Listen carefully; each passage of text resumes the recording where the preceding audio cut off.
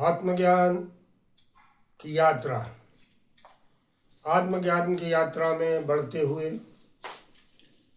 और आत्मज्ञान का महत्व बहुत बार बताया जा चुका है और इस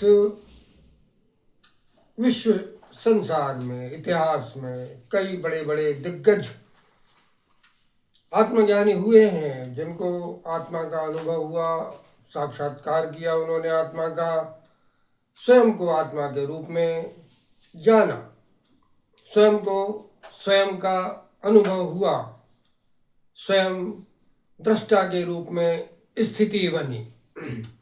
ऐसे कई बड़े बड़े दिग्गज आत्मज्ञानी इस विश्व संसार में हुए और जो जीवन जीते हुए, जीवन से मुक्त हुए और मृत्यु उपरांत तो फिर मोक्ष उनका निश्चित है। लेकिन मुक्त हो जाना, हर प्रकार की स्थितियों और परिस्थितियों से दृष्टा की अवस्था में रहते हुए मुक्त हो जाना, क्योंकि जो परम सत्य है वो सिर्फ एक ही है और दूसरा कोई परम सत्य है नहीं, हुआ नहीं, हो सकता नहीं। और सत्य वो एक ही है, परमात्मा, आत्मा परमात्मा, आत्मा परमात्मा का अभिन्न अभिन्न अंग,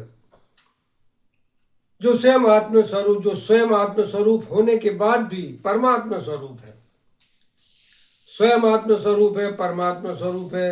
अखंड ज्योत उसी की, ज्योत उसी की है। आत्म ज्योत जिसको बोला जाता है उसी को स्वयं प्रकाश बोला जाता है। उसी आत्म ज्योत की सत्ता से ये सब चीज हमें दिख रही है।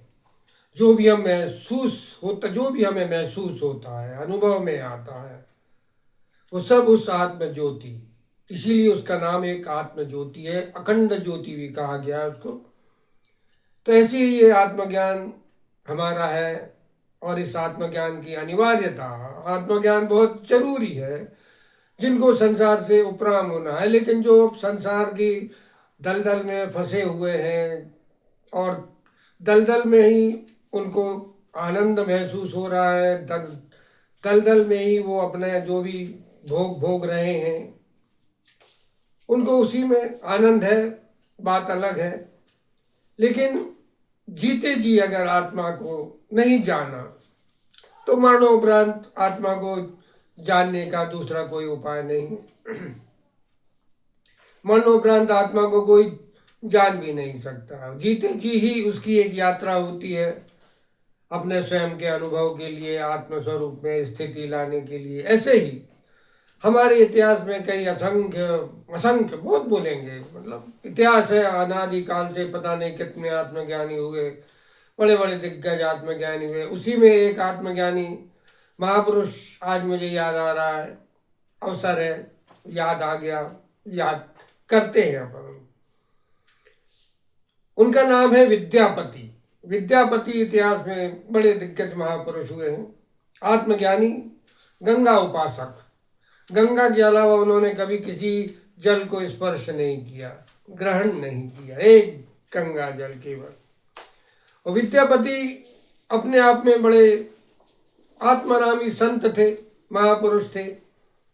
एकांत में उनकी कुटिया थी, गंगा की अवस्था, गंगा उनसे कुछ ही दूरी पर थी,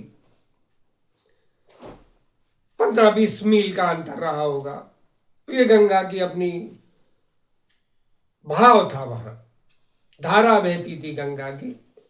और विद्यापति अपने कुटिया में, छोटा सा आश्रम नुमा कुटिया में वो आत्मारामी व्यस्त, कुछ एक आध दो शिष्य भी थे उनके भाई जो विद्यापति महाराज की सेवा में लगे रहते थे। अब थोड़ी सी अवस्था बदली विद्यापति जी की भी, शरीर है वृद्धावस्था में, भले ही आत्मज्ञानी है लेकिन शरीर तो अपना असर दिखाता ही है और इसी वजह से वो थोड़े कुछ अस्वस्थ हुए। अब विद्यापति जब अस्वस्थ हुए तो उनके शिष्यों ने कहा कि अब तो मुश्किल हो जाए, अब तो अपन को महाराज की पूरे समय सेवा करना पड़ेगी। तो दो शिष्य थे, दोनों शिष्यों ने आपस में, अब शिष्य तो शिष्य, आजकल के शिष्य भैया, गुरु भले ही महान हो, शिष्य तो शिष्यों को तो नमस्कार। ऐसे शिष्य, तो उन शिष्यों ने सोचा कि अब तो ऊपर अपने ऊपर वजन पड़ जाएगा, भार पड़ जाएगा, महाराज की पूरे समय सेवा करना पड़ेगी और जो बाकी सेवा थी वो तो करना ही करना। तो उन लोगों ने कुछ तो भी अपना गुणा भाग लगाया और जरूरी बता के, महाराज बहुत जरूरी है, अभी तो थोड़ा सा बाहर जाना है हम लोगों के लिए। विद्यापति तो आत्मज्ञानी महापुरुष, दिव्य संत, वो कहने लगे ठीक है जाओ चलेगा। अब वो विद्यापति जी तो निकल गए, लेकिन हुआ ये कि कुछ समय बाद विद्यापति जी महाराज अस्वस्थ हो गए, एकदम अस्वस्थ हो गया, शरीर उनका अस्वस्थ हो गया। अब शरीर अस्वस्थ हो गया तो थोड़ा वृद्धावस्था की उम्र और शरीर की अस्वस्थता, परेशान हो रहे थे थोड़े से अंदर कि अब वो जो उठाते, जो भी कुछ उठाना था, पानी पीना, मतलब गंगा जल पीते थे तो गंगा जल भी कहीं तो रखा ही था, कुछ तो भी थोड़ा बहुत आधार के लिए भी, आहार की भी जरूरत थी। तो विद्यापति महाराज कुछ नहीं, कहने लगे जैसी प्रभु की लीला और जैसी प्रभु की इच्छा, मस्त थे अपने उस अवस्था में भी, वो अस्वस्थ अवस्था में भी आनंद में, क्योंकि आत्मज्ञानी थे, आत्मा को जानने वाले। अब आत्मा को जानने वाले थे तो बस अब अस्वस्थ हो गए। एक दो दिन बाद ऐसा कि बुखार आ गया। अब बुखार आ गया तो और थोड़ा शरीर अस्वस्थ हो। अब हुआ ये, प्रकृति देखो, परमात्मा की लीला देखो। आप एक 12-13 साल का बालक ऐसे ही घूमते घामते जंगल में आया और महाराज की कुटिया के सामने आके खड़ा हो गया, अंदर चला गया। महाराज बैठे थे, महाराज ने उसकी तरफ देखा, कहने लगे बालक तू बेटा यहाँ कहाँ, इतने जंगल में, क्या नाम है तेरा? बालक बोला महाराज उमणे नाम है मेरा, उमणे। अरे तू यहाँ कैसे क्या आ गया? कहने लगे महाराज आ गया और देखा कुटिया, कुटिया थी आपकी, खुला दरवाजा था, तो मैं घुस गया, देखा तो आप सो रहे। महाराज अस्वस्थ हो आप? कहने लगे हाँ बेटा थोड़ा शरीर अस्वस्थ हो गया। अरे कहने लगे महाराज फिक्र मत करो, मैं आ गया हूँ, जब तक आप स्वस्थ नहीं हो जाते मैं सेवा कर लूंगा। अरे कहने लगे बेटा तू तो बहुत छोटा बालक। अरे कहने लगे क्या हुआ महाराज, आपका आशीर्वाद रहेगा, आपका अनुग्रह रहेगा तो कुछ बात नहीं, कर लूंगा सेवा आपकी, जो भी करना है, झाड़ू बहारी सब कर लूंगा मैं। और उसने अपनी कुटिया की झाड़ू वाड़ू लगा ली जल्दी से। अब महाराज के लिए बोलने लगा महाराज कुछ आहार के लिए दूं क्या, जंगल से फल वल लाऊं क्या? महाराज के फल तो रखे ही थे। कहने लगे नहीं बेटा फल तो रखे हैं, तू यही उठा दे और मुझे भी दे दे, तू भी खा ले। बालक, श्याम वर्ण बालक था, आनंद। अब वो बालक भी बालक, बालक तो बालक होते हैं, वो अपना धमबाजी करने लगा, थोड़ा खेलने खालने भी लगा, महाराज को भी देखता रहा। अब महाराज के लिए जल की आवश्यकता पड़ी। अब कहने लगे बेटा उमने थोड़ा सा वो जल रखा है, वो जरा उठा तो दे। कहने लगे महाराज इसमें तो जल नहीं है, थोड़ा सा बचा है बिल्कुल। फिर कहने लगे महाराज मैं ले आता हूँ जल आपको जल्दी, जब भी 5 मिनट में, यूं गया यूं आया। अरे कहने लगे बेटा यहाँ से 20 मील की दूरी पे है गंगा, गंगा का बहाव, अब तू 20 मील जाएगा फिर आएगा, छोटा सा तू बालक 12-13 साल। अरे कहने लगे महाराज फिक्र मत करो आप तो आज्ञा दो, आदेश करो, मैं अब भी गया और जल लेके आ गया। अब महाराज को आवश्यकता तो थी, गंगा के अलावा कभी जीवन भर और किसी जल को हाथ नहीं लगाया।